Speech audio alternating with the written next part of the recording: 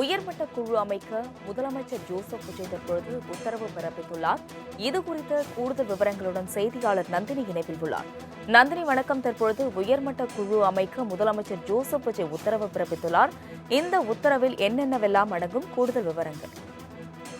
வணக்கம். அண்டை மாநில மதுவிலக்கு மற்றும் ஆயத்தீர்வை துறையின் செயல்பாடுகள் குறித்து ஆராய விரைவில் உயர்மட்ட குழு அமைக்க முதலமைச்சர் உத்தரவு பிறப்பித்திருக்கிறார்.